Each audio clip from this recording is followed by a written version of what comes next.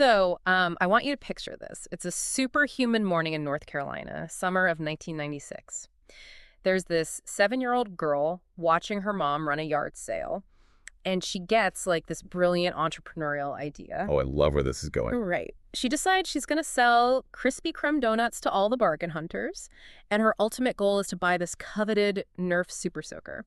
So she pitches her dad, who actually agrees to stake the upfront capital and drive her to get the goods. That's a good bet, getting the seed funding secured early. Exactly. Right. So she and her 4-year-old sister set up shop at a tiny Fisher-Price picnic table, and they just hustle. I mean, they sell 5 dozen donuts at 50 cents a pop. At the end of the morning, she has this neon fanny pack just bulging with $30 in quarters. That is a massive haul for a 7-year-old. She is thrilled. She's already picturing buying like 2 Super Soakers. But then her dad strolls over, he dumps the quarters on the table, and he delivers just the most brutal childhood lesson in economics you can possibly imagine. Oh, no. It's like the classic parent candy tax on Halloween, but elevated to a ruthless corporate level. Oh, it's so much worse. He counts the $30 and he says, well, it cost me $8 to buy the donuts, and he just slides $8 in quarters to his side of the table. Ouch.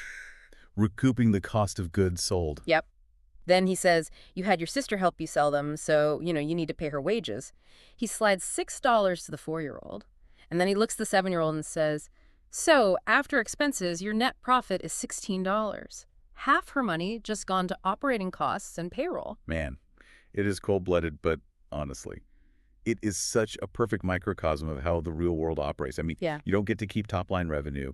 You only ever keep the net profit. Exactly. And that story completely sets the stage for what we're doing today on this deep dive. Right. Our mission is taking that kind of visceral, honestly sometimes painful financial reality and transforming all that anxiety around it into genuine wealth-building empowerment.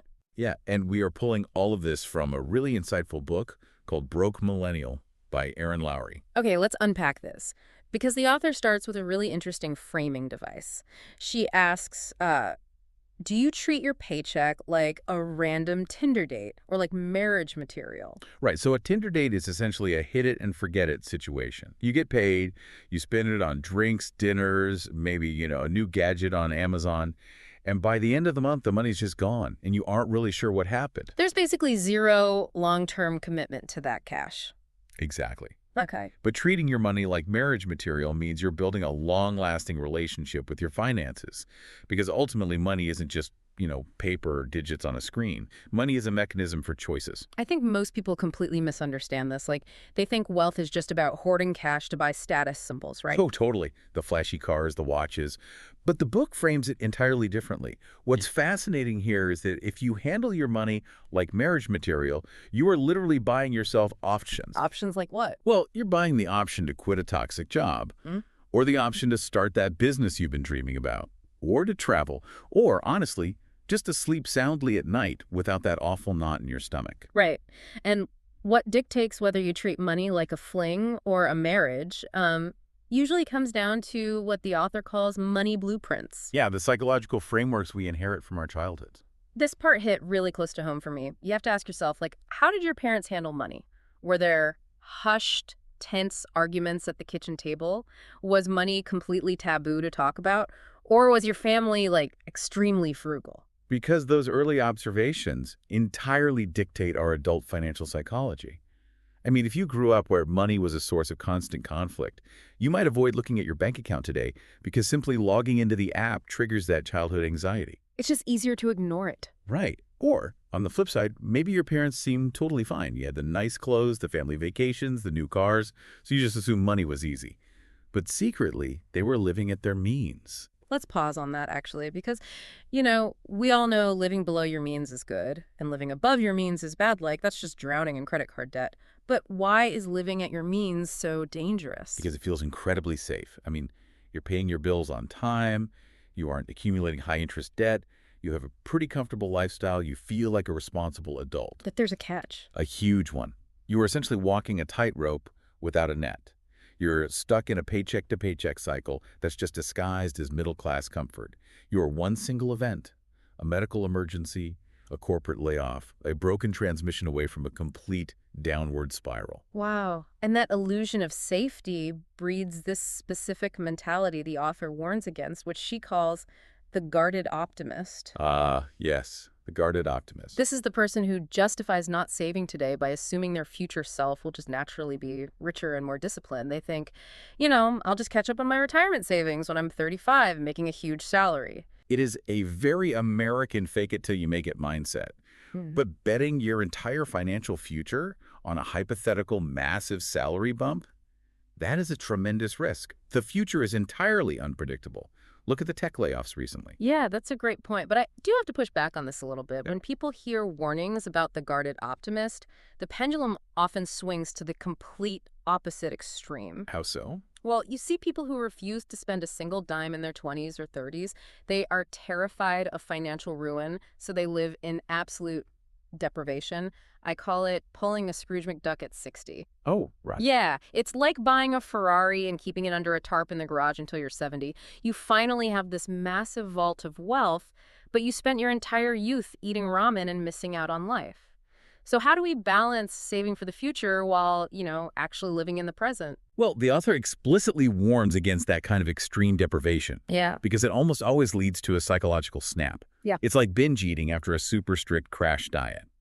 Her solution is building what she calls a fun fund directly into your budget. A fun fund, okay. Yeah, she argues that you absolutely should spend money to make memories today, but you can only do it safely after you've audited your psychological roadblocks and actually prioritized your savings.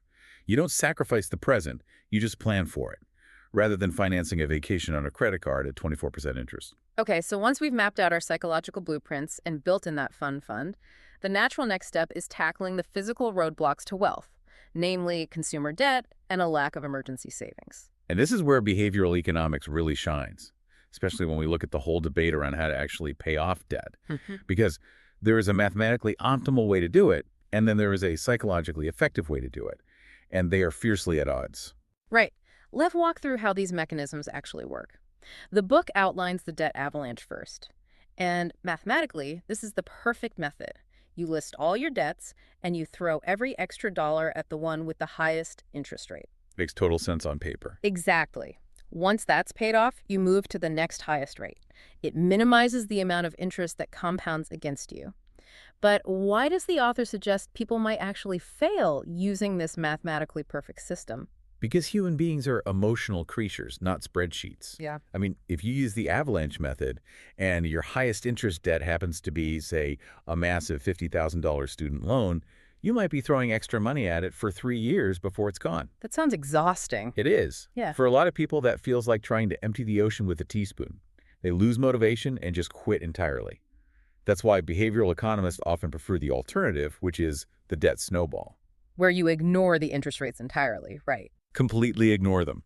You list your debts from the smallest balance to the largest balance, and you attack the smallest one first. Even if it's 0% interest. Yep. Why?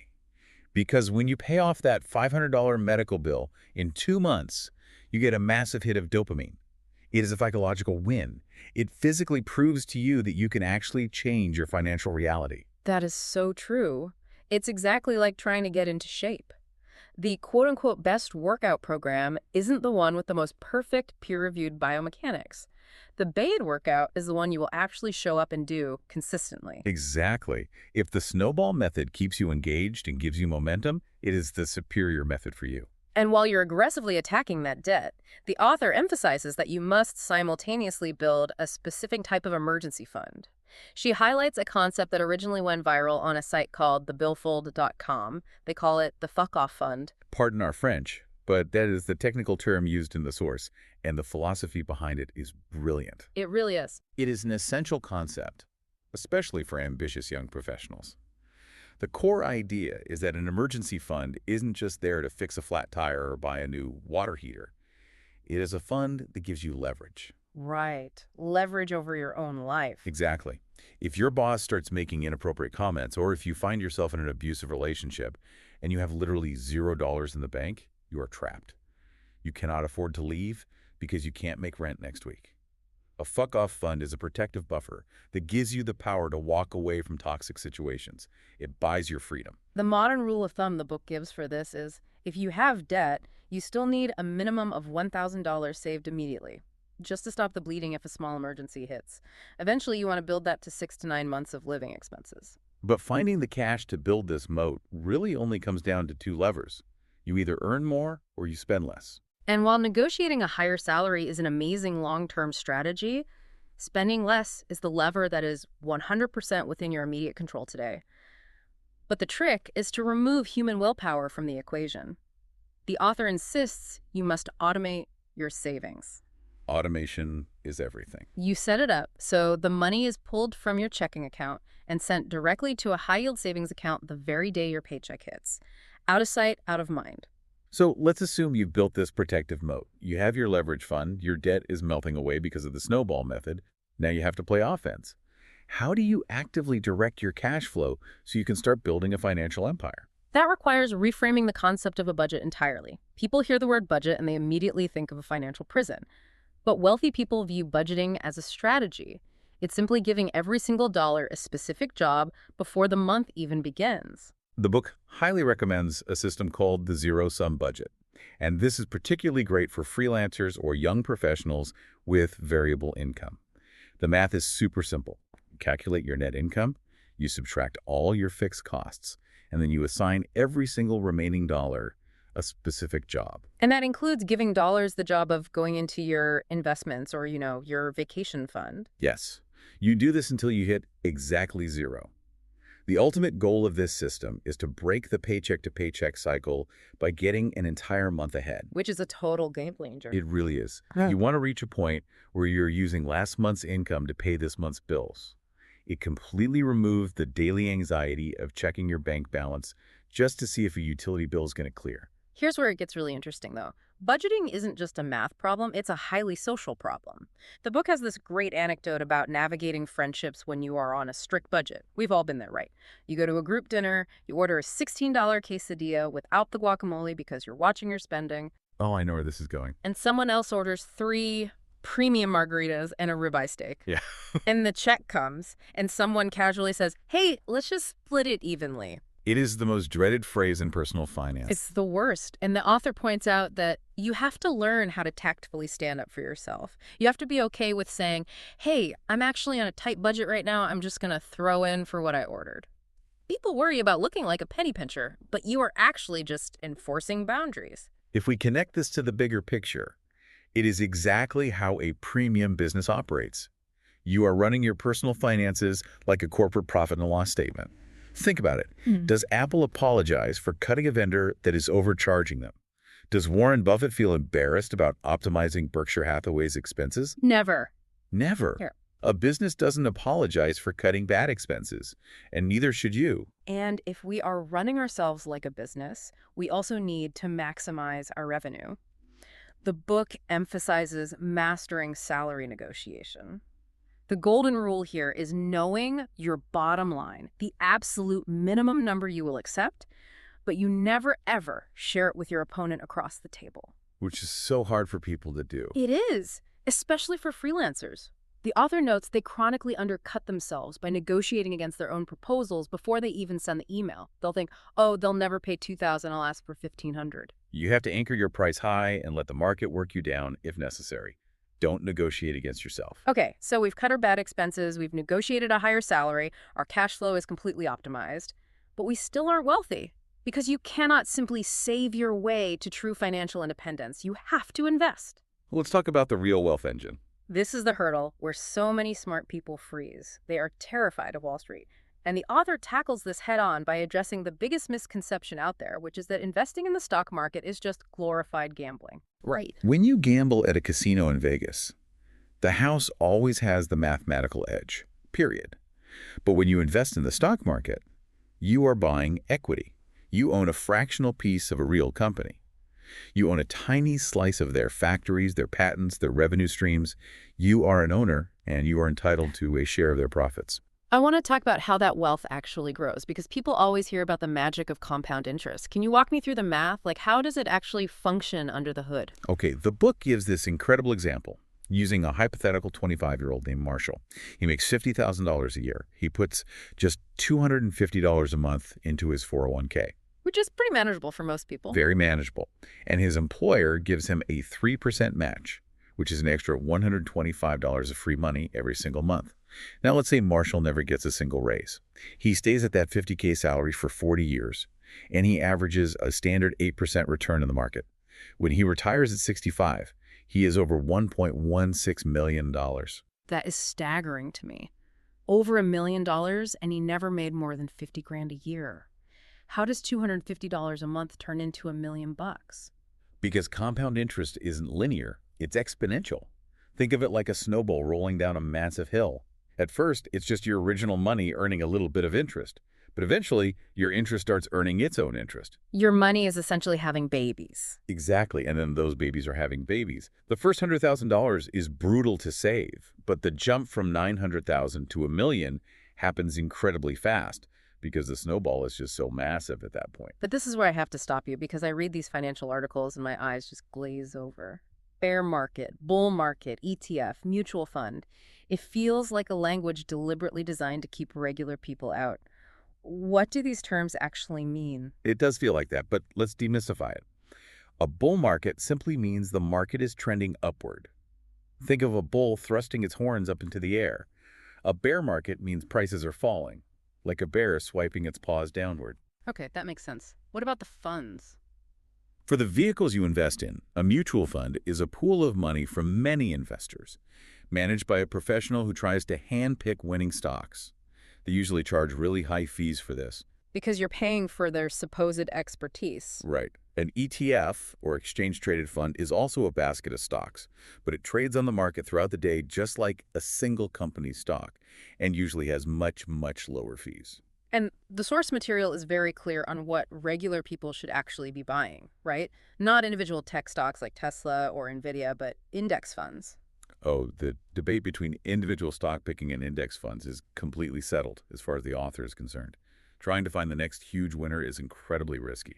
An index fund, like one tracking the S&P 500, simply buys a tiny piece of the 500 largest, most successful companies in America. But wait, what happens if one of those 500 companies goes bankrupt? Like, I don't know, Blockbuster or Sears. Doesn't the fund lose a ton of money?